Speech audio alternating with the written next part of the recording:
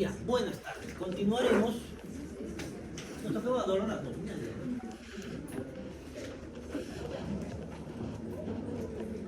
Dolor abdominal, hay que poner los 5 sentidos a la hora de diagnosticar.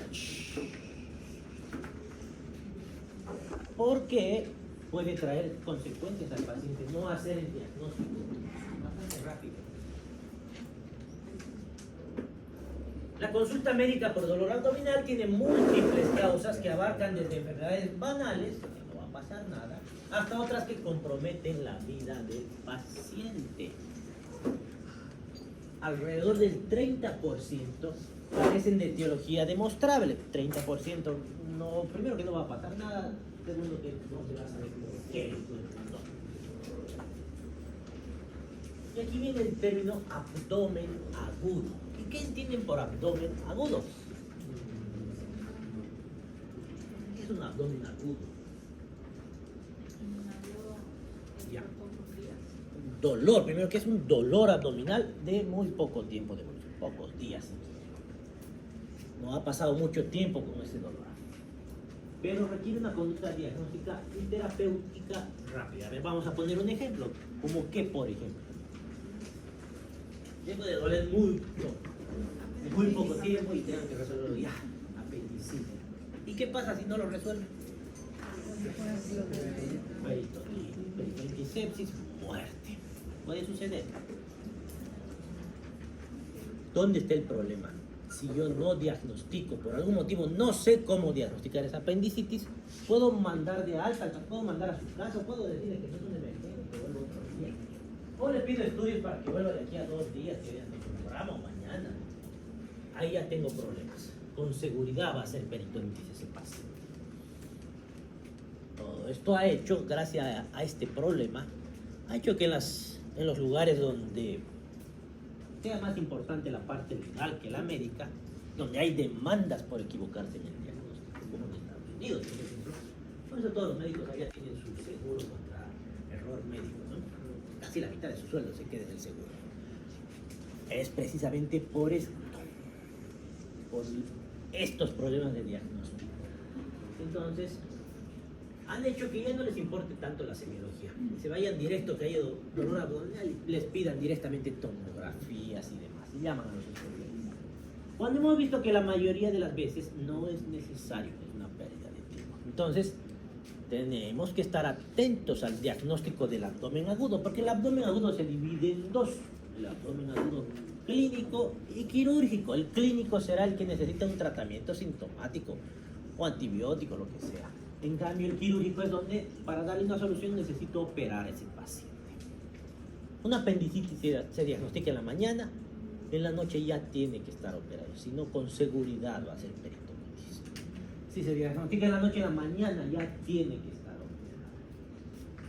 Entonces, conducta terapéutica rápida.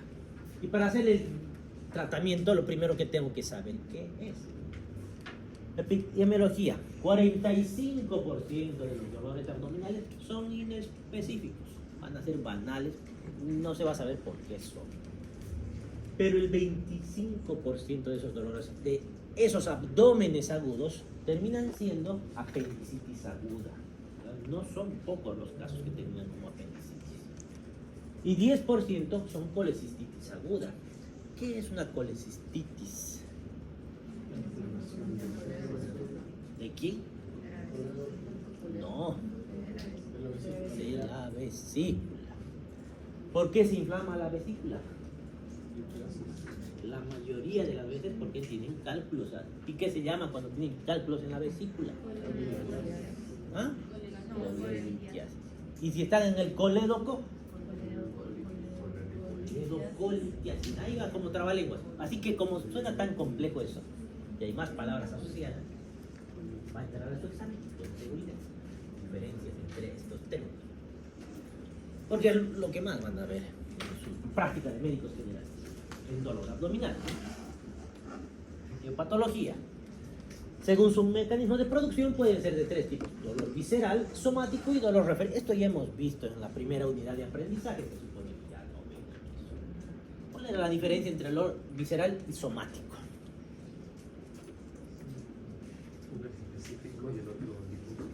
Y ya, ¿qué más? ¿Cuál es cuál? A ver, algún ejemplo, un dolor somático, ¿qué se les viene a la cabeza? Ya, puede ser, ¿qué más? Una artritis, que me golpea el codo. Es un dolor más que todo en fibras musculares, en tendones. ¿Y dolor visceral, un ejemplo? Que acabamos de decir, una apendicitis por ahí. Y dolor referido es más sencillo. ¿Qué era eso? Y el origen está en otro lugar, ¿no es así? Dolor visceral, dolor somático, localización de los nociceptores. En el visceral está en vísceras, en corazón, páncreas, hígado, vesícula, vejiga. Tanto como en el hígado, no, en su fascia. Dolor somático, músculo, tendones, hueso, ligamento, fascia. Más fácil de encontrar. Estímulo potencial. Ya, y aquí viene otro tema. Cuando son vísceras huecas, ¿qué es lo que duele? ¿Qué provoca el dolor? La distensión, el espasmo o la isquemia. Esas tres cosas prácticamente. La distensión porque se produce. ¿Qué puede hacer que se distienda una víscera hueca? Ya, cuando hay gases en el intestino puede y duele. ¿Qué más? Una obstrucción. ¿Y por qué una obstrucción? Si está obstruido, pues no tiene a dónde liberar y empieza a distender. Y en una obstrucción podríamos aumentarle algo más. Contracción para intentar liberar esa obstrucción. También puede ser. Un ejemplo de eso es la nefrolitiasis. ¿Qué sería nefrolitiasis? ¿Dónde? En el riñón los cálculos mucho no van a molestar. Pero si se desprenden, ¿dónde van a irse? Salen del riñón, ¿a dónde van? ¿A través de quién? De la pelvis renal. ¿Y hacia dónde van a ir? Desde la pelvis ya puede traer problemas. ¿Y a dónde va de la pelvis renal? Al uréter. ¿Y de ahí? A la vejiga. De la vejiga, ya. Bueno. ¿Qué va a pasar si pasa la pelvis renal? ¿Qué puede suceder? No siempre va a suceder, pero ¿qué podría suceder al pasar la pelvis renal? Va a obstruir. Y al obstruir, ¿por qué va a doler? Pero, ¿por qué se inflamaría? Podría ser, pero... La lesión puede traer inflamación de la mucosa y ya. Pero ya está obstruido, ya está calculado, obstruido. ¿Qué va a pasar? Si se obstruye, ¿para qué sirve el riñón? Y si sigo formando orina y hay algo que está tapando mi ureter, ¿qué va a pasar? Va a empezar a distender. Primero va a distender el mismo riñón. ¿El riñón va a doler? ¿Duele el riñón o no duele? ¿Qué duele? ¿Qué se llama la cápsula? No, esa es la cápsula linfática. A revisar. De memoria están contestando, está bien. Luego, ¿qué va a pasar? Va a haber una distensión. Eso ya provoca dolor. ¿Qué tipo de dolores por distensión que le llamamos? Tiene un dolor, un nombre específico. ¿Los dolores de qué tipo eran? ¿Cuáles? Por ejemplo. Ah, urente. ¿Será urente ese dolor? No. ¿Qué tipo de dolor será cuando se distiende una víscera hueca? No. Es típico que viene y va. Viene y va. Cólico. Por distensión. Y para liberar esa distensión, esa obstrucción, ¿qué va a hacer el músculo liso? Va a hacer contracciones. Por eso viene y va. Viene las contracciones musculares, viene la distensión. Es típico de víscera hueca, dolor de víscera hueca. ¿Qué más? Va a haber tracción, isquemia, inflamación. Ya. Dolor somático, estrés, daño mecánico, calambres, isquemia, inflamación. Localización es pobremente localizado el dolor visceral, no se sabe dónde duele. En el ejemplo, ¿dónde está? La apendicitis, ¿dónde duele? ¿Alguno le da apendicitis? Alguno seguramente le da. ¿Dónde duele? Aquí, ¿no? Pero a mí me ha dolido aquí, van a decir. Con la evolución, se llama cronología de Murphy, cómo va cambiando el dolor de posición. Al principio, cuando es visceral, duele ahí, es pobremente localizado. Luego, ¿cuándo duele? Y aquí, cuando se vuelve somático. ¿Por qué? Se inflama el peritoneo, ya es más localizado. ¿Qué más? Realidad. Dolor punzante, en ocasiones referido. Y el dolor somático es sordo, claramente sordo, más lo asocio yo al dolor visceral. Signos y síntomas asociados: náuseas, vómitos, sudoración, variación en la presión arterial y frecuencia cardíaca. ¿Por qué todo eso? Eso no va a pasar en el dolor somático. ¿Por qué en el dolor visceral hay náuseas, vómitos, sudoración, variación en la presión arterial y de la frecuencia cardíaca? ¿Qué creen que haga eso? ¿Qué tiene que ver? Hasta podrían decirme por imaginación que si el intestino está distendido, pues me va a dar náuseas, ¿no? Pero no, no es por eso. Simpática, parasimpática. ¿Y por qué? Porque lamentablemente estas fibras comparten los trayectos. ¿Y dónde en realidad hacen efecto esto? Al compartir el trayecto llegan hasta el tronco encefálico. En los núcleos de las náuseas y vómitos se activan en conjunto el dolor, las náuseas, el vómito, y como dice, el vago también se activa para provocar alteraciones en la frecuencia cardíaca y en la presión arterial. Es por ese motivo. Alteración simpática le llamamos. Ejemplos clínicos: cólicos, apendicitis, pancreatitis, colecistitis. Y el otro, tendinitis, dolor de artritis, dolor miofascial, etc. Dolor referido, como dijo su compañero, es nomás ver el mapa y cada patología tiene. Por ejemplo, en el corazón, ¿dónde duele? Si tengo un infarto de miocardio, hasta el brazo. Si es un dolor renal, duele en todo el abdomen inferior, incluso hasta la región lumbar y la cara interna de los muslos, la parte superior. Y así sucesivamente. Tipos y clasificación: por su duración, dolor abdominal agudo, menos de 7 días. Puede ser intraperitoneal o extraperitoneal. Por ejemplo, el riñón, ¿cuál es? ¿Intra o extraperitoneal? Está en el retroperitoneo. Dolor abdominal crónico es más frecuente. La dispepsia ulcerosa, el síndrome del intestino irritable, dolor de origen indeterminado. Causas: intraperitoneal, inflamatorias, peritoneales, peritonitis bacteriana, química, lúpica. Peritonitis bacteriana van a ver por si acaso en la cirrosis. La cirrosis va a haber translocación bacteriana, no necesita perforarse nada para que haya esa peritonitis. Lo mismo en la peritonitis química y la lúpica, no necesita haber una perforación como tal. Luego, perforación de víscera hueca. En el caso de la apendicitis, colecistitis, diverticulitis, la úlcera péptica. Vísceras sólidas, la pancreatitis, mesenterio, adenitis mesentérica. La adenitis mesentérica muchas veces en los niños se confunde con la amigdalitis. ¿Pero qué tiene que ver la amígdala con mi apéndice? ¿Por qué los niños con amigdalitis terminan en quirófano? ¿Qué tendría que ver si le duele aquí y piensan que es un apéndice? Eso tienen que tener en mente, si es posible. Los linfáticos están más desarrollados en niños, en adultos, en ancianos. Se están desarrollando más en niños, lo que hace que estén hipertróficos. Y el apéndice, ¿qué?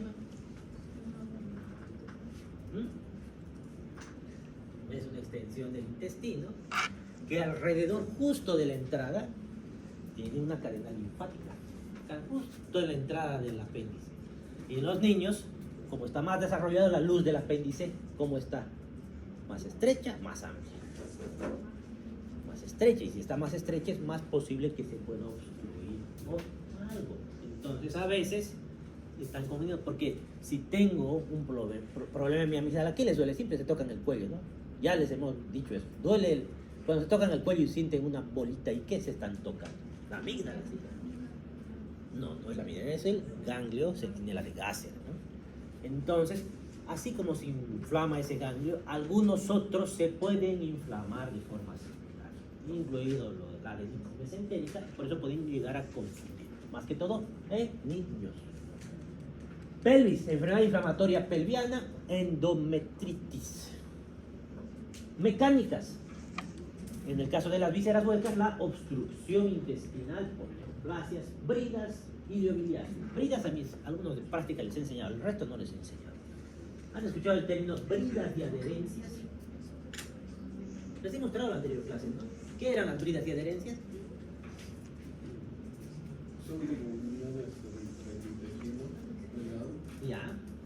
¿Cómo como que le hubieran echado pegamento a los intestinos y vayan pegando entre sí. ¿Cuándo sucedía? Los pacientes, si bien puede aparecer en el postoperatorio, los quirúrgicos, de ahí para adelante, y están ahí presentes. ¿Y cuál es su peligro de las bridas y adherencias?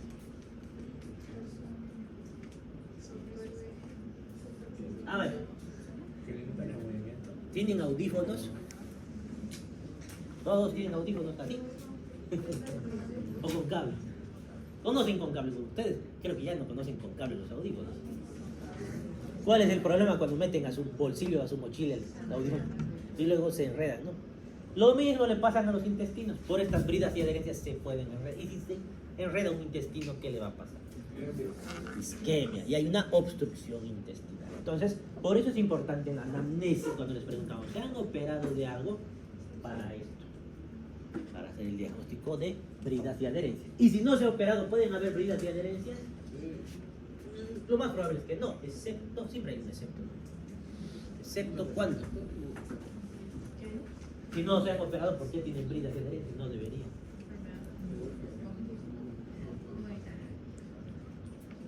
Tuberculosis enteropatógena. No es lo mismo que la pulmonar. Vísceras sólidas. Hepatomegalia congestiva. ¿Cuándo vamos a ver esto? ¿En qué patología? Hepatomegalia congestiva. Acaban de dar exámenes. Pero ni tan hacer insuficiencia cardíaca. Por eso es que muchos pacientes con dolor en hipocondrio derecho, que por mala suerte encuentran un cálculo ahí y terminan en quirófano.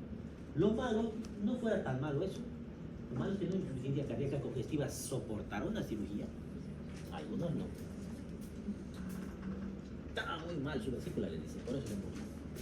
Hemoperitoneo, aneurisma visceral o de aorta con ruptura, embarazo ectópico. Esto me interesa que sepan diagnosticar, porque esto tiene muerte muy, muy rápida. No sobreviven tanto las pacientes. Así que necesitan saber diagnosticar. ¿Qué es un embarazo ectópico? ¿Dónde es el lugar más frecuente?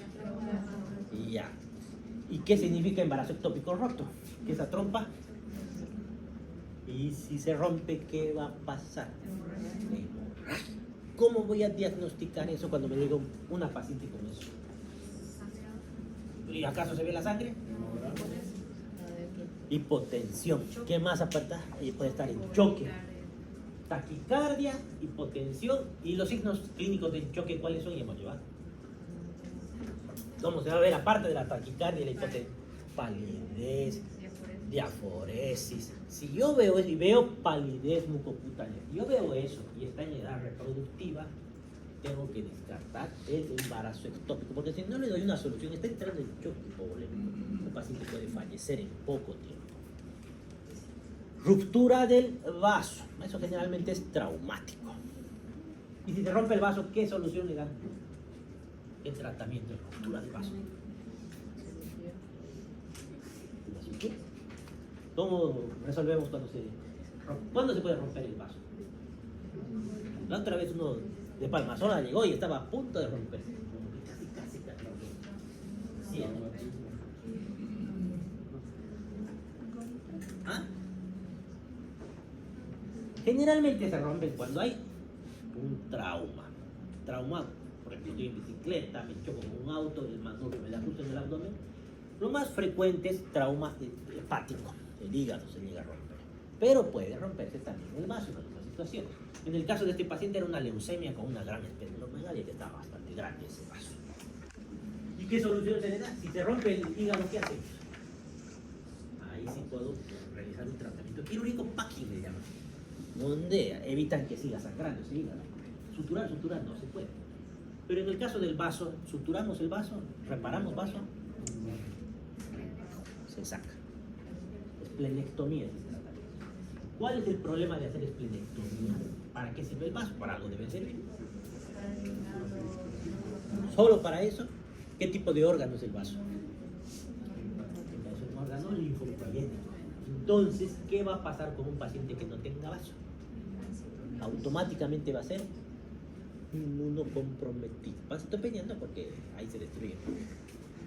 inmunocomprometido. Entonces son pacientes que tienen que recibir sus vacunas todo el tiempo. Ya. Isquemia. ¿Qué será una isquemia mesentérica? Muy bien. ¿Y por qué? Aquí es muy común. ¿Qué puede provocar un infarto mesentérico? Infarto mesentérico. Aquí. ¿Por qué será tan común aquí? Más que todo, aquí. Grande. Sucre. ¿Ah? Alcohol. Ya no sabe alcohol. Valle Grande, Sucre, Potosí. Chagas. ¿Qué tiene que ver el Chagas con la isquemia mesentérica? Si el problema del Chagas, ¿cuál es el problema? ¿Tengo él? ¿Qué puede provocar el Chagas? Pero no tiene nada que ver el megacolon con el infarto. No, el corazón. ¿Qué tiene que ver el corazón con un infarto mesentérico? Tan lejos, ¿no? A ver, ¿cuáles son las complicaciones del Chagas? En corazón, ¿qué le trae como complicaciones? Cardiomegalia, ¿no? En algunos. Y esa cardiomegalia. Y ya. Muy buena imaginación, pero no. Casi. Pero para infarto de este tipo, no. Sí puede traer dolor abdominal. Puede. Por isquemia, no infarto. Pero el infarto sí se puede dar. ¿Por qué? Ya tengo un corazón grande. Cuando tengo el corazón grande, ¿cómo está el flujo dentro de esas cavidades? No. El flujo es turbulento. En algunos lugares el flujo no es bueno. Y donde no hay buen flujo, ¿qué puede pasar? ¿Qué pasa con la sangre que no tiene un buen flujo? Se coagula. Y una de las complicaciones de los pacientes chagásicos, ¿cuál es? Que haya trombos, coágulos, hay en el ventrículo, en la aurícula. Y si tengo un coágulo, ¿qué otra complicación más tienen los pacientes chagásicos aparte de que crezca su corazón? En corazón. Pongo el estetoscopio. ¿Por qué? Soplo por la cardiomegalia puede ser otra complicación. ¿Qué han escuchado en los chagásicos? Fuera del soplo. Arritmias. ¿Cuál? Fibrilación auricular. Creo que van a dar examen de eso más un rato.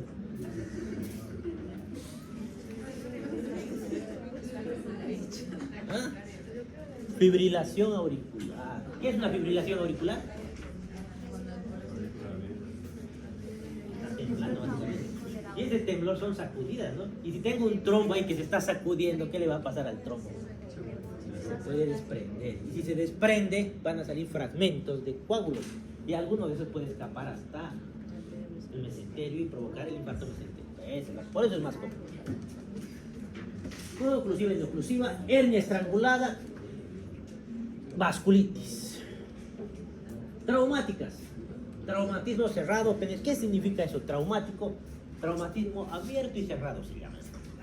¿Qué significa un traumatismo abierto, por ejemplo?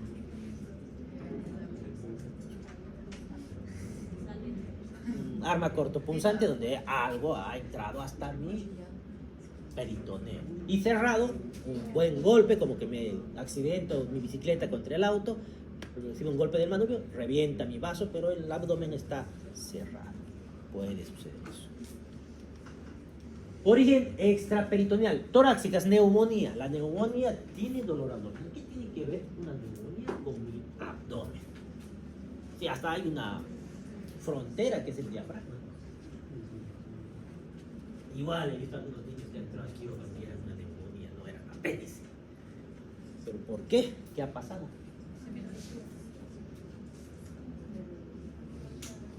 Neumonía, apéndice, ¿qué tendría que ver? No apéndice, dolor abdominal en general. A ver, un paciente con neumonía, ¿qué signos y síntomas tiene? Fiebre. Tos, fiebre, hasta ahí no pasa nada. ¿Qué más tienen? Algunos.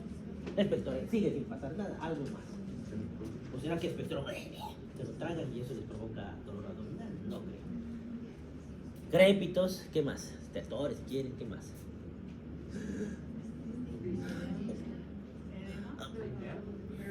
¿Dolor de qué tipo? Pleurítico. ¿Qué era? ¿Por qué dolía eso?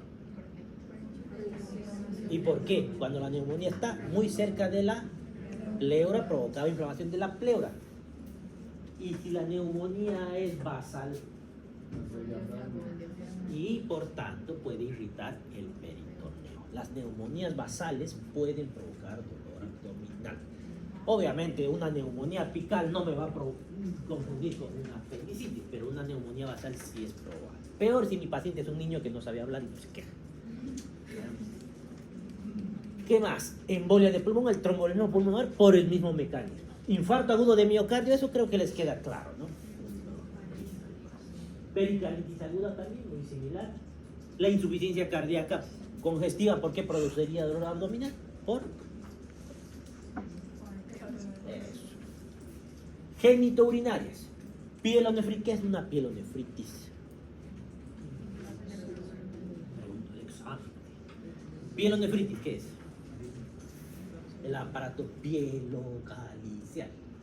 Nefritis, ¿qué sería? Pielonefritis. La inflamación del riñón. El riñón incluye el aparato pielocalicial, por eso le llaman pielonefritis aguda. La mayor causa de pielonefritis aguda es infección urinaria alta, que le llamamos. Las infecciones urinarias, que también va a entrar en este examen ahora que me acuerdo y puedo aprovechar para molestarlos. Las infecciones urinarias se clasifican en altas y bajas. Alta, ¿qué será? Y baja, ¿qué será? Baja, ¿qué sería baja? Vejiga, ¿qué más? Uretra, entonces tiene una cistitis, una uretritis, eso. Y si es el riñón, una pielonefritis, eso. Altas y bajas. Ya cuando llevemos esto exactamente les voy a explicar los signos y síntomas. La disuria, polaquiuria, la puño-percusión de Morphy positiva y todo eso. Metabólicas, cetoacidosis diabética. Hasta eso se parece a lo que decía su compañero. ¿Por qué dolería cetoacidosis diabética?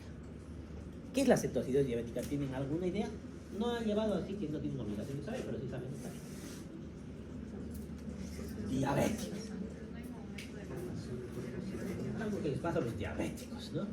Es una complicación aguda de la diabetes. Las complicaciones agudas que vamos a llevar también, por si acaso, endocrino, no creo en este parcial, sino en el siguiente. Las complicaciones agudas de la diabetes son la cetoacidosis diabética, la hipoglicemia y el coma hiperosmolar no cetósico.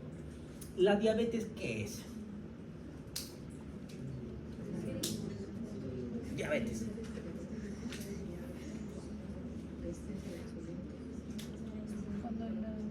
Es una enfermedad de los hidratos del metabolismo de los hidratos de carbono, que se caracteriza por hiperglicemia, ¿es así?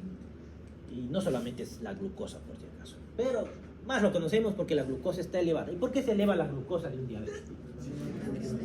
O porque no hay insulina o porque hay falla en los receptores de la insulina. La cetoacidosis diabética es una complicación cuando falta insulina. Entonces, si no hay insulina, ¿para qué sirve la insulina? Si no ingresa glucosa a la célula, ¿qué va a pasar con la célula? ¿Para qué entra glucosa a la célula? Si no entra, ¿qué va a hacer la célula pobre que no tiene comidita? Va a morir inactiva. Busca una vía alterna de energía, ¿como cuál? Las grasitas. Las grasas las convierte en energía. A través del hígado viene la formación de los cuerpos cetónicos por la vía alterna de las grasas. Otra cosa que pasa a los diabéticos que no tienen insulina en la cetoacidosis diabética, si no tengo insulina y no puedo meter la glucosa a la célula, ¿qué va a pasar con la glucosa? Se va a acumular, ¿dónde? En la sangre. Entonces, ¿qué va a pasar con mis niveles de azúcar cuando me mides? Subir. Y si se eleva mi azúcar por encima de 180, ¿qué va a pasar? Pues siempre les ponen insulina cuando están por encima de 180, ¿no? Se van a eliminar por el riñón. Se elimina. El umbral renal de la glucosa es 180. Si pasan 180, se van a eliminar. ¿Han visto orinar terrones de azúcar? No. ¿Qué orinan las personas normalmente entonces? Agua, ¿no? Entonces, si voy a orinar azúcar, ¿con qué más voy a orinar ese azúcar? Agua, mucha agua, porque le encanta el agua al azúcar. Entonces, va a subir mi azúcar, voy a seguir orinando. ¿Y qué le va a pasar al paciente que orina y orina? Eso se llama, si orino mucho, ¿qué le voy a decir? Si tengo poliuria, me va a dar sed. La sed se llama, ya, bueno, como sea. Paciente está orinando, la cetosis diabética orina 8, 10 litros pierde de líquido. Si pierdo 10 litros de líquido, ¿qué va a pasar con mi líquido intravascular? Va a disminuir. Y si disminuye mi líquido intravascular, como todos los líquidos del cuerpo, ¿qué va a pasar? ¿Para qué sirve el líquido intravascular? ¿Cuál es ese? El que está dentro de los vasos. Si no tengo mucho líquido dentro de los vasos, ¿qué va a pasar? Me va a dar 5, me voy a tener menos gasto cardíaco, ¿no es así? ¿Qué hago en compensación? ¿Quién no puede estar sin sangre? Entonces, ¿qué hago para evitar que se quede sin sangre mi cerebro? Vasoconstricción periférica. Incluido, ¿qué es lo que menos me importa? La piel. ¿Qué otra cosa me importa? Muy poco. Los intestinos. Los vasos mesentéricos. Y si no le llegan sangre a los vasos mesentéricos, tengo isquemia. Y si tengo isquemia, me duele. Es por eso que duele a la cetosis diabética. ¿Y cómo van a resolver el problema del dolor de la cetosis? ¿Analgésicos o no? ¿Con qué les va a dejar de doler? Con líquidos. Los voy a hidratar, voy a llenar mi espacio intravascular y va a dejar de doler porque va a haber de nuevo flujo a mi mesentérico. Insuficiencia suprarrenal, algo parecido, se altera la presión arterial, en la aguda. La uremia, ¿qué es la uremia? Urea, la urea, ¿por qué? Es cuando se acumula mucha urea en el cuerpo. ¿Y por qué se elimina? ¿Por qué se acumula? Eso, porque no se está eliminando. ¿En qué situación veo eso? En la insuficiencia renal, aguda o crónica, en cualquiera de las dos. Por encima de 200 empieza a doler algo. Neurogénicas, herpes zóster, no vamos a repetir mucho, ya conocemos el herpes zóster. O compresión de raíces nerviosas desde torácica 4 hasta torácica 12. Dice de ahí, dorsal 4. Es lo mismo. Y así acabamos dolor. Vamos a volver a ver dolor cuando veamos las patologías, cuando veamos apendicitis, vamos a volver a ver dolor abdominal. Pasamos al siguiente tema, diarrea. ¿Qué es la diarrea? Más de 3 deposiciones al día de forma subjetiva. O, si quiero ser más objetivos, deposiciones que pesen más de 200 gramos. Salud. Tipos y clasificación. Diarrea aguda, ¿cuánto tiempo es? Menos de 2 semanas. Siempre les he dicho, siempre que no sepan qué es agudo crónico, menos de 2 semanas. ¿Y crónico cuánto sería? Más de... No. Y va a entrar a su examen. Es una de las excepciones. Porque hay la diarrea crónica que es de más de 4 semanas. Y hay una que se llama diarrea persistente, que es la intermedia, la que está metida ahí. Sí, ahí. Es más, creo que me he olvidado hasta 8. Van a revisar en su examen. Porque va a ser interesante preguntar eso. Diarreas agudas. ¿Cuál es la causa más frecuente de diarrea aguda? Infecciones. ¿Y de las infecciones cuál es la más frecuente? ¿Ah? ¿El poli? No. A ver. ¿Nunca han tenido diarrea? ¿Qué les han dado de tratamiento? No, ¿acaso han visto cólera alguna vez en su vida? Significa que no es tan común, ¿no? Hidratación. Oiga, yo sé que es una diarrea muy importante, pero cuando yo era niño sí hubo una época donde murieron muchas personas con cólera. Pero ahora ya no es tan frecuente. Más gastritis tiene. Salmonela sigue sin ser frecuente. ¿Nunca han tenido diarrea? Nunca han tenido. ¿Ah?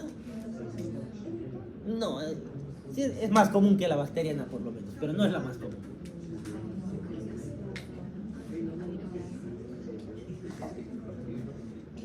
Virus. ¿Qué les han dado de tratamiento cuando han tenido diarrea? Antibióticos los han soqueteado. Y si la causa es el líquido, porque es viral, se resuelve. Y si es virus, no le damos antibiótico, obviamente, ¿no? Porque si le damos antibiótico, ¿qué vamos a provocar? Esto vamos a provocar, que va a ser peor todavía. No se trata las diarreas con antibióticos, a no ser que se demuestre que sean bacterias. ¿Y se puede demostrar? ¿Cómo? Pero eso tarda 3 días en salir. Moco fecal le piden al paciente. moco fecal sale en un rato, ven al microscopio, polimorfos nucleares es bacteriano, mononucleares es viral, listo, ya hacen su tratamiento. Y cuando hay fiebre es más probable que sea bacteriano, es más probable, no es absoluto, más probable. Si tienen fiebre, sí pueden pensar en terapia. Ahora, de los más comunes, el rotavirus y el adenovirus son los más comunes. Bacterianas, que no son tan comunes, pero las vemos de vez en cuando. Escherichia coli enterohemorrágica, el Campylobacterium, la Shigella, Salmonella, Clostridium difficile provocado por nosotros básicamente, Yersinia, las clamidias, parasitarias, la entameba histolítica, que tiene una característica especial que viene con disentería. ¿Qué es disentería? Moco con, deposiciones con moco y sangre. La Yardialandia, el Cryptosporidium, la Ciclospora. Enterotoxinas, pero esto es una bacteria, pero estas no, hay varios tipos de bacterias, estas no hacen daño a las bacterias, sino sus toxinas. El cólera, el Clostridium perfringens, el Escherichia coli enterotoxigénica, el Bacillus cereus, el estafilococo dorado, que es muy común después de comerse pollito. A ver, cólera, por si acaso, ya que mencionaron, es una diarrea muy, se deshidratan mucho los pacientes.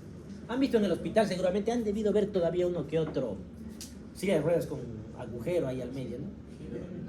Alguna camioneta, no han llegado a ver, están ahí por ahí, espera para el cólera, porque no les daba tiempo de llegar a España. Entonces incluso las camillas tenían sus agujeros. No, yo no he visto, pero me contaron que eso era horrible lo que pasaba. Los ataúdes se chorreaban. Era horrible. Y era una tetracyclina y se resolvió el problema. Fármacos. Los antibióticos provocan diarrea, por eso no se les da lactulosa, laxantes, sorbitol. ¿Por qué producen diarrea estos? Lactulosa, sorbitol, laxantes, que todos son lo mismo. La osmolaridad intestinal son sustancias hiperosmolares que cuando entran al intestino, ¿qué hacen las sustancias hiperosmolares? Absorben el líquido. ¿Y cuál es el tratamiento de la diarrea? Antidiarreico. ¿Cuál? Loperamida. Prohibido en la diarrea loperamida. No, prohibida la loperamida, por si acaso, que grábense en la cabeza, porque yo he visto que les dan loperamida. Y entonces, ¿para qué sirven los antidiarreicos? Si no se usan para, sí se usa para la diarrea, pero cuando han demostrado de que no es infecciosa, ¿por qué no se les da la diarrea? Que la mayoría de las veces son infecciosas. ¿Por qué no se les da loperamida? ¿Qué hace la loperamida? Disminuye el peristaltismo, las heces. Al disminuir el peristaltismo, ¿qué pasa si tengo una bacteria metida ahí? Y no se va a mover la bacteria ahí. En vez de eliminarse, se va a multiplicar. Puedo provocar una sepsis. Puedo matar al paciente con loperamida. Prohibido, salvo que hayan demostrado que no es infecciosa, o sea, enfermedad de Crohn, alguna de esas tonterías que no son tan comunes. Diarrea crónica, inflamatorias, colitis ulcerosa, enfermedad de Crohn, estas dos van unidas, son casi iguales, son autoinmunes, afectan la mucosa, solo que la colitis ulcerosa más afecta al final del intestino y la enfermedad de Crohn es como que en parches, van por todo lado. Que ambos tienen disentería, vienen con sangrado, con hematoquesia. ¿Qué era hematoquesia? ¿Hematoquesia qué era? Hematoquesia. Y eran deposiciones melénicas.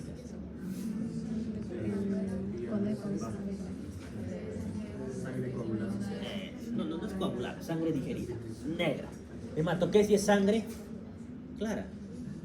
¿Para qué usábamos esa diferencia? Para saber si la hemorragia era o baja. ¿Y dónde estaba la frontera? El ángulo de eso. ¿Por qué se ponía negra en la alta?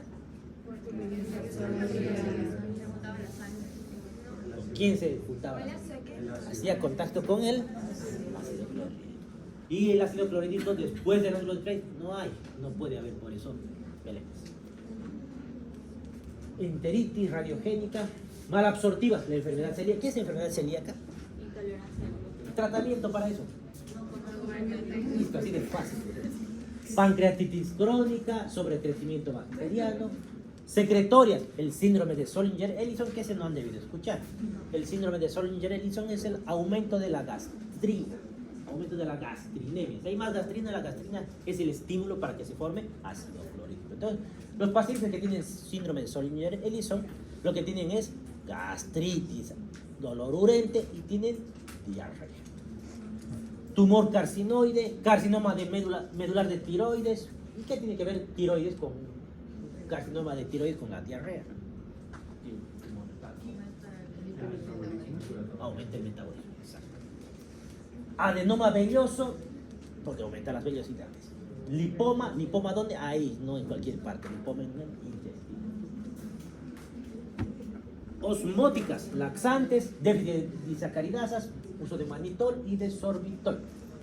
Alteraciones de la motilidad, diabetes mellitus hace las dos cosas. En algunos pacientes frena el peristaltismo y en otros acelera.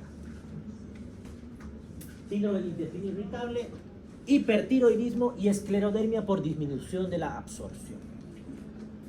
Enfoque diagnóstico, que van a preguntar en la anamnesis, investigar qué han comido últimamente, dónde han comido, si han viajado últimamente, la última semana, los últimos días, la diarrea del viajero, alteraciones similares en otros miembros de la familia o de la comunidad que han comido lo mismo, procedencia de líquidos ingeridos. Esto es importante, aquí no se ve tanto, ya estamos acostumbrados al agua, toda el agua está contaminada. Pero en otros países se contamina un punto de agua para todo el barrio y todo el barrio está con diarrea. Aquí no sucede porque ya está contaminada, porque ya estamos acostumbrados. Administración de antibióticos y factores de riesgo. Pasamos a constipación. Constipación es lo contrario de la diarrea. Estreñimiento, alteraciones en la función intestinal al intentar evacuar el intestino. Es más común en mujeres, en raza negra, en los pacientes sedentarios, en los pacientes de bajos ingresos por mala dieta, educación limitada, baja dieta, historia de abuso sexual, síndromes depresivos. ¿Por qué en baja educación? Yo no sabía. Genética. Mayores de 65 años. Mayores de 65 años y sedentarismo es la misma causa. ¿Por qué? No se mueven tanto. ¿Y qué tiene que ver el movimiento con la constipación? Si no mueven, es un estímulo para el peristaltismo. Población urbana. Si les pasa, por eso. Criterios diagnósticos. Roma 3 de estreñimiento crónico. Ellos hicieron sus criterios para decir que durante los últimos 3 meses debería haber 2 o más de los siguientes criterios. Esfuerzo defecatorio en más del 25% de las evacuaciones.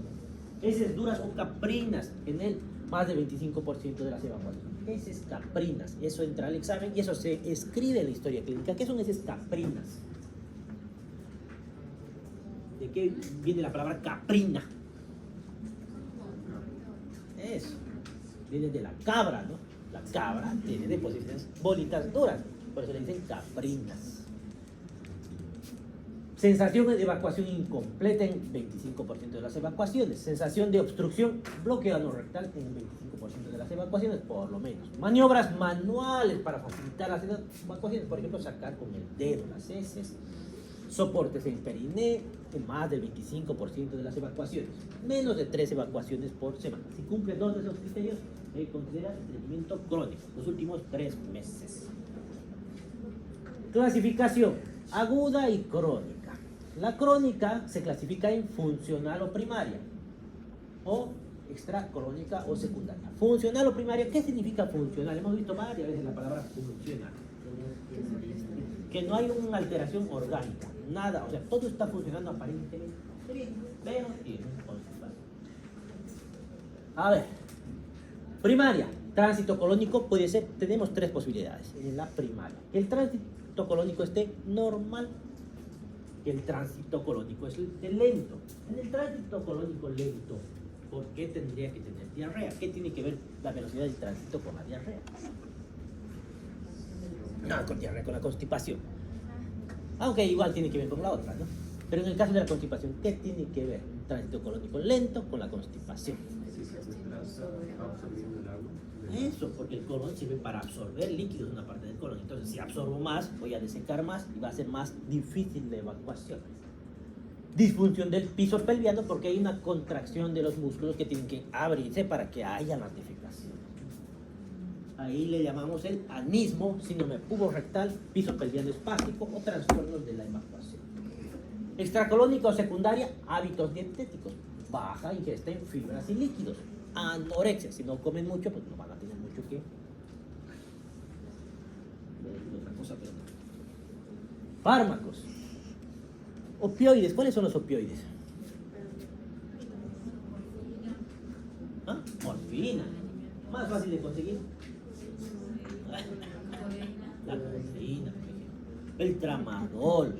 Esos opioides disminuyen el tránsito intestinal y producen estreñimiento. Anticolinéricos, antidepresivos, antipsicóticos, anticonvulsivantes, antiparkinsonianos, más que todo la levodopa, bloqueadoras de los canales de calcio, diuréticos, antiácidos. Ese problema sí, ya les comenté en la anterior clase. Los antiácidos, ¿cuáles conocen? El hidróxido de aluminio y magnesio y el malandrato. Esos, si bien disminuyen el dolor de la acidez, pero como efecto secundario producen estreñimiento. Suplementos de hierro, calcio, AINES, abuso de laxantes como la colestiramina, azúcar alfato. Azúcar alfato está ahí dentro de los antiácidos. De los AINES, la verdad que no me queda claro. Investiguen, por favor.